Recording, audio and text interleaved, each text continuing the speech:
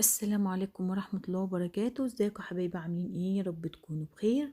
لأول مرة يشوف قناتي ما ينساش يفعل زر الجرس واشترك في القناة ليوصلكوا كل جديد. ان شاء الله النهاردة هنعمل بسكويت النسكافيه بطريقة سهلة ومكونات موجودة في كل بيت. قبل ما نبدأ كلامنا نسمي الله ونصلي على الرسول. اللهم صل وسلم وبارك على نبينا محمد عليه أفضل الصلاة والسلام. كمية ما شاء الله من 4 كوبايات دقيق، حاجة كده، ومكونات زي ما قلت لكم من قلب البيت ما شاء الله. شوفوا جميل. اللي هيشوفه هيقول بدفور، بس هو بصراحة جربوا بنفس الطريقة بسكوت النسكافيه هيعجبكم، مع كوباية شاي بحليب كده وكوباية نسكافيه بألف هنا. ما شاء الله. شوفوا البسكوت أسعاره بقت زايدة خالص. تعال نخش المكونات بتاعتنا ونشوف المكونات الجميلة دي. معايا حوالي كوباية من الزبدة، زبدة طرية طبعا بدرجة حرارة المطبخ. ومعايا نص كوباية من الزيت، وعدد 2 بيضة، وطبعا معلقة فانيليا حلوة كده رشة كده، وكوباية سكر بودر. هنقلب المكونات دي كلها كده في بعضها، وبعد كده انزل بمعلقتين كبار من النسكافيه الحبيبات او اي قهوة سريعة الذوبان. ما شاء الله. هنقلب بقى المكونات دي كلها ودمجها كويسة لغاية لما تحسي ان ما السكر اندمج كويس مع البيض ومع الزبدة كده بنفس الطريقة. وبعدين ان حبيبات النسكافيه دي مش هتعمل اي حاجة، يعني لو ما زبتش معاهم بتدي طعم جميل جدا في قلب البسكوت. ادمجيهم كويس كده بنفس الطريقة.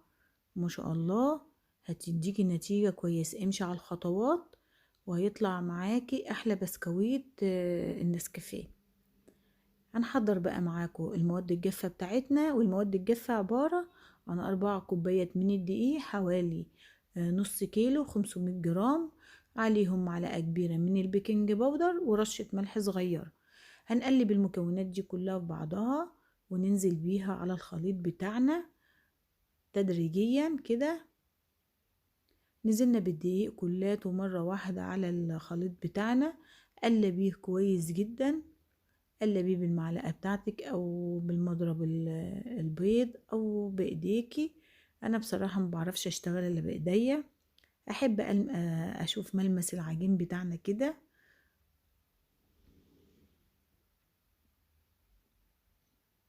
شوفوا ما شاء الله، كمية ما شاء الله عليها. جربوه بنفس الطريقة.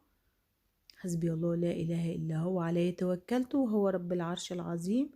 دايما وانتوا واقفين كده في المطبخ اذكروا ربنا واستغفروا الله وصلوا على حبيبنا محمد صلى الله عليه وسلم.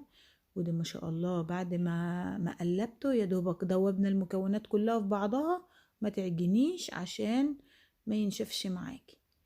ما شاء الله. هحضر كيس الحلواني بتاعنا، ودي الحاجات اللي انا هشتغل بيها، الإقماع اللي هشتغل بيها. طبعا انا حطيت في الكيس الحلواني، بس بصراحة الكيس البلاستيك اتقطع على طول، يعني ما عملش الا بقى وحدتين 3 وراح مقطوع. فنقلت الكمية دي معايا في كيس من القماش، ونزلت كده ما شاء الله عليه. عملت وردات كده. اللي هيشوفه هيقول بدوفور، بس هو ما شاء الله بسكويت بطعم جميل جدا وبطريقة سهلة. وشكلي زي ما انت حابة تشكلي. ممكن تعملي تشكيل تاني وهوريهولك في الفيديو ان شاء الله. خلصت الكمية دي في الصاج ده بنفس طريقة التشكيل بايديكي بقى وعدلي البسكويت بتاعك كده بالطريقة اللي انت شفتيها. معايا شوكولاتة شيبس لو مش حابة خلاص. لو حابة بعد ما يستوي تسيحي شوكولاتة على حمام مائي وتزوقيه. انا كان معايا عندي شوكولاتة شيبس، اشتغلت بيه وادى الشكل الجميل ده بتاع الشوكولاتة. شوفوا ما شاء الله. وعملت شوية كده.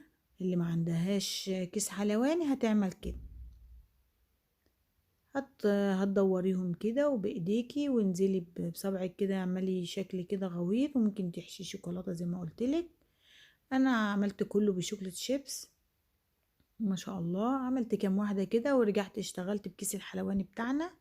اللي وصل معايا الفيديو لغاية هنا منساش يفعل زر الجرس واشترك في القناة ليوصلكوا كل جديد من أكلك أحلى مع ولاء. وكملت الكمية بنفس الطريقة كده. شوفوا مفيش أسهل من كده طريقة تشكيل.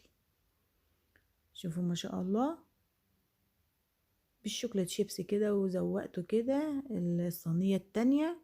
زي ما قلت لكم من 4 كوبايات دقيق عملت حوالي 140 بسكوتة ما شاء الله بنفس الحجم ده. حاجة كده من الآخر وطعمها روعة. هنكون طبعا مشغلين فرن على درجة حرارة 180.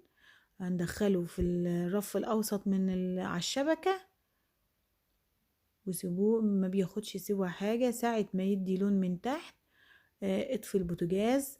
عايزة تديله لون من على الوش افتحي الشواية. انا بصراحة اديته لون ما شاء الله من تحت ومن فوق كده ما شاء الله. شغلت له الشواية وكانت بسكوتة خفيفة وجميلة جدا وطعمها روعة.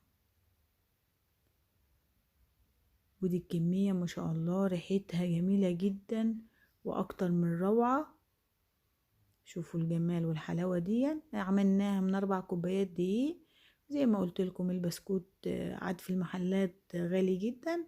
اعملي كمية وما شاء الله زي ما قلت لك مع كوباية شاي بحليب كده وبألف هنا على قلبكم ما شاء الله. شوفوا الجمال. ممكن تشكلي التشكيلات اللي انت حباها ما شاء الله وقدميها لضيوفك كده. لو ضيوفك موجودين ومحتارة تقدمي ايه حطها لهم قدام الشاي مع الشاي كده.